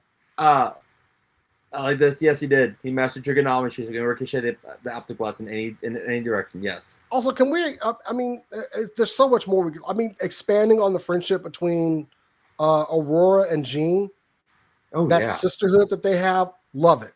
They really started they've never shot away from that in the comics. How close they actually are. Yeah, and they really nailed it in this first season. I just like the characters. I think they got the characters a lot closer to what I really enjoyed in the comics. Well, what I liked about it, because I remember I was talking to one of my best friends at the gym before I moved, and we were getting. Sorry, last comment in the chat. It's me, you. That's good. That's good. That's good. Cannonball. Yeah, I know Cannonball is X-Men, but I always consider him X-Force. But Cannonball is great, and I think Sam's a good guy. And I think, and they were leading towards this, and they dropped it. But he was becoming a leader, and I was like, when he was leading X-Force, and they're like, why is he so good? And Boomer goes, he was taught by Xavier, Magneto, and Cable. What did you expect? I'm like, yeah. Shit, where was he going? Because Jeff. So what was I talking about? What was I just mentioning? I don't know. I think I may have interrupted you talking about Jean and Aurora. So that was my bad. Oh well. The artist Russell Daltman does a really great job whenever he draws Storm. Her hair flows into clouds, which is amazing. But if you are not reading X-Men, Uncanny X-Men, and the Expatriate X-Men, like they're really great. They're really great runs. But I think Jed McKay is writing the one with Cyclops. But there's a great scene where he's talking to one of the officers that's watching over him from like the mutant like registration like 1, and he goes, "Look, we're being nice, we're being friendly to you, and we're not starting any problems. But if you start any issues with me and I end up dead, remember my wife can destroy planets. What do you think she'll do to you?" And you're like, God damn, Cyclops. There's a comic strip. It's kind of gone around on social media, but it's like Ben Grimm accidentally like makes an illusion that Storm might have a weave, and she makes him grab her hair and pick her up. That's hilarious. And she just kind of sits there like while he does it, like very indignant as she gets lifted off of her feet. And T'Challa comes in and he's like, Ben's like, "It's not what it looks like." And T'Challa's like, "You insulted her hair, didn't you?" You do not fuck with a black woman's hair. Just don't. Yeah, I mean, as Storm, man, look, the only person that could have really played Storm like back in her at the height of her career was Angela Bassett, man. Yeah. I mean, we Halle Berry was okay. I'm gonna say it right now. Well, Storm, I know they fucked up with Halle Berry though. I know yeah, they mess up with her. So I'm like, yeah, okay. but Storm's got aura. Let's just Oh face yeah. it. Yeah. When that lady walks in a room, it is a commanding presence, and there's very few actresses out there. I mean, no, there's a couple now that I Yeah. think could really carry the role. But man, if Angela Bassett back in her Yeah. the height of her career Oh yeah. would have played Storm, oh man, we would have had just Because spot on casting. I'm really hoping that we see this with season 2. There are very few X-Men that when they walk in the room, they command that presence. So like, I'm the leader. I am the leader. I am leading this. Because most of the X-Men know like Gambit. I'm not a leader. I'm a thief. I'm gonna, fourth row. Well, now they're married, so I'm gonna fuck with my wife, and I'm gonna like blast some shit. Wolverine, like I'm a stone cold killer. Throw me. Let's do this. Kitty Pryde's like, bitch, I will gut you without hesitation. You're like, I was talking about Wolverine. You don't know who you're fucking with. After when the fall of Krakoa, when she went full ninja. Uh-huh. Oh yeah. Kitty can wreck everything. Kitty will with her abilities, and also her big brother is Wolverine. Mm-hmm. Yeah, like she was like, and again, she was trained by like, and I do like that we saw this a little bit, and I hope we continue this. But like Wolverine has these big brother mentorships with it's like he'll never like it's Rogue, Kitty Pryde, Jubilee. He will never. They are his little sister. Storm, they've gotten hot and heavy. Jean, yeah. And I would mention Laura, but that's daughter. That is his daughter. Yeah, exactly. Yeah, that's his daughter. So exactly. Yeah. But then again, Laura, like maybe like season 3 or 4, like I want to see Wolverine 2.0. Like I need to see her. Yeah, I'm ready for. Honestly, Daphne Keane did such a good job in the movie, in Logan, and we just remember this little snarling little brat with him, and now she's grown up, and I think she really did such a good job. I'd love to see her really take on that mantle. When she dropped the sunglasses and the the Hello Kitty sunglasses and like popsicles, I'm like, okay, let's do this shit. Let's do this shit. No, like this is just the cartoons, like the TV shows. We'll have to come back for a whole new animated movies because yeah, she has dog. Yeah, just saying. I'm old now, and all of like my godchildren have like grown up, and it's weird. It's rough. Like I got, I remember bringing my kids home from the hospital, and one of them's 18 now, and my daughter's 14. It's like, what happened? Something happened here. Yeah. Well, like, I don't think this much time has passed.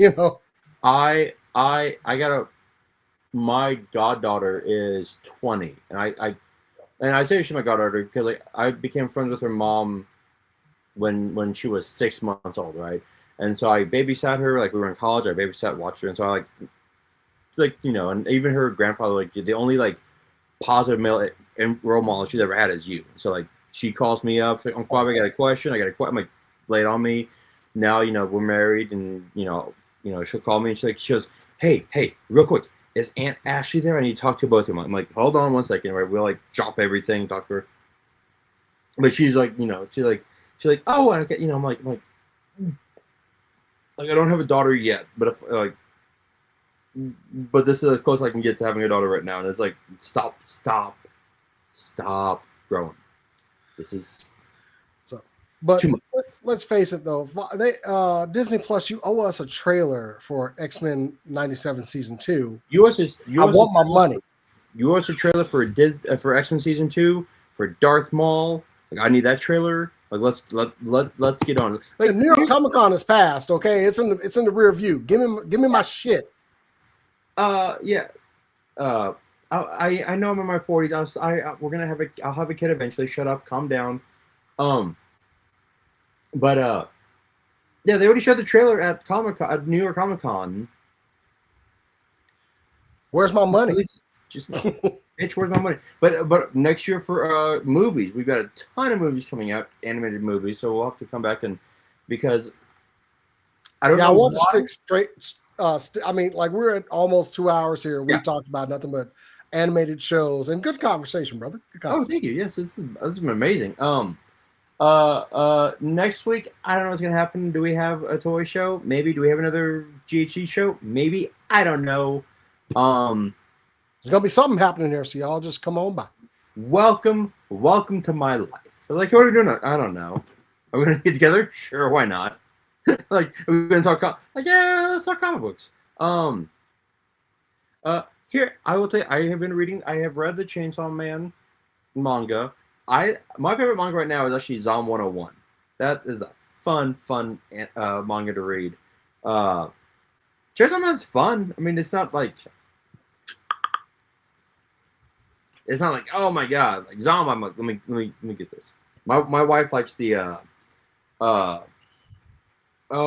what is his fucking name?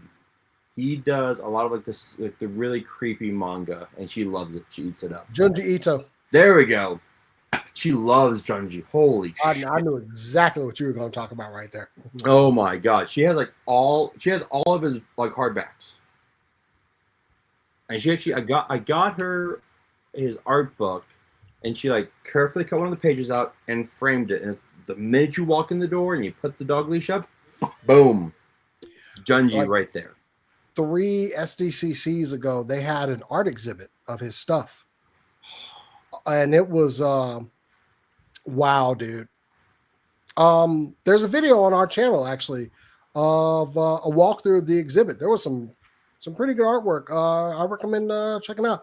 Not because it gave me a view on that video, but you know, it's no, it was a pretty cool exhibit. I'll have to show my wife. Seeing his artwork in kind of a gallery style setting. So yeah, that's amazing. Oh, speaking of galleries, I found the Chuck Jones Gallery in Santa Fe. Ooh.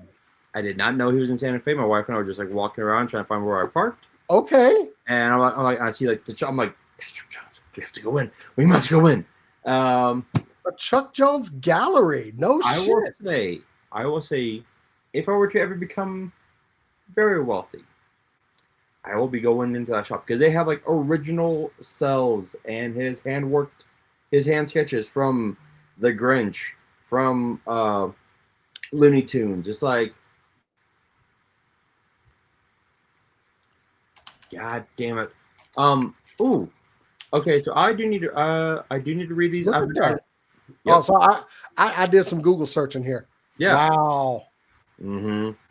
Not only like I remember one of and Spec. I don't know if they're franchise. I know that they'll do pop-ups at San Diego, and I think there might be one in LA. But I think he lived in Santa Fe. For a bit. It looks like they host this particular gallery hosts a lot of other artists like Willie Ho, Rob Kaz is in there. Oh, okay. So yeah, okay, that's cool. Yeah. So this is like it has, and like I told my mom and dad because they love The Grinch and everything. I go, my dad was like, how much was it? I go, well, they had one cell with original artwork, for like $3,500, which you know for that type of art, that's not that bad. Just saying. Okay, Just Jeff, I have not read Dreadnought Wars #1 yet. Okay, I'm picking the issue up on Friday. I have I know George O'Keefe is in Santa Fe. That might be a landing spot for my wife and I in the near future.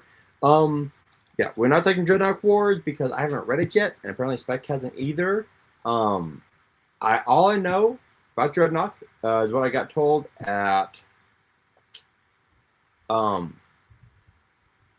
San Diego was that it's Duke and Cobra Commander being chased through the desert by the Dreadnoughts. Right. Because Destro wants Cobra Commander dead. That's all I know. I can't wait to read it. Can't wait. Because G.I. Joe has been killing it. Which, then again, because hopefully, and it'll probably be 2027, we'll be getting the Energon Universe animated series. Yeah, we're still away. I saw you had that down, but we're a ways away from that one. I know. Maybe we'll talk about it next year. Exactly. We will talk about it next year. Also, if you have not read it yet, do go out and read Absolute Batman Annual #1. That book, Daniel Warren Johnson. Very satisfying read. So satisfying. Yeah. Zero punches. And it was amazing. Yeah. So good. So good. Okay. That is it. I think the #1 thing I'm most excited for is either going to be X-Men or King of the Hill. Jason, you had like 10 really great. I watch a lot of stuff. Like I said, when you got 30 minutes to go on cardio, you got a lot of time to watch some stuff. As long as I'm trying to do my part to drop my weight. So yeah. Go pick it up. Go pick it up. All right, everyone. For Jason, I am Bobby. Remember, let's see here. How do I find? Oh, there. Remember, it costs nothing to be good. We'll see you in the toy aisle and the comic book shop. And peace out, everyone.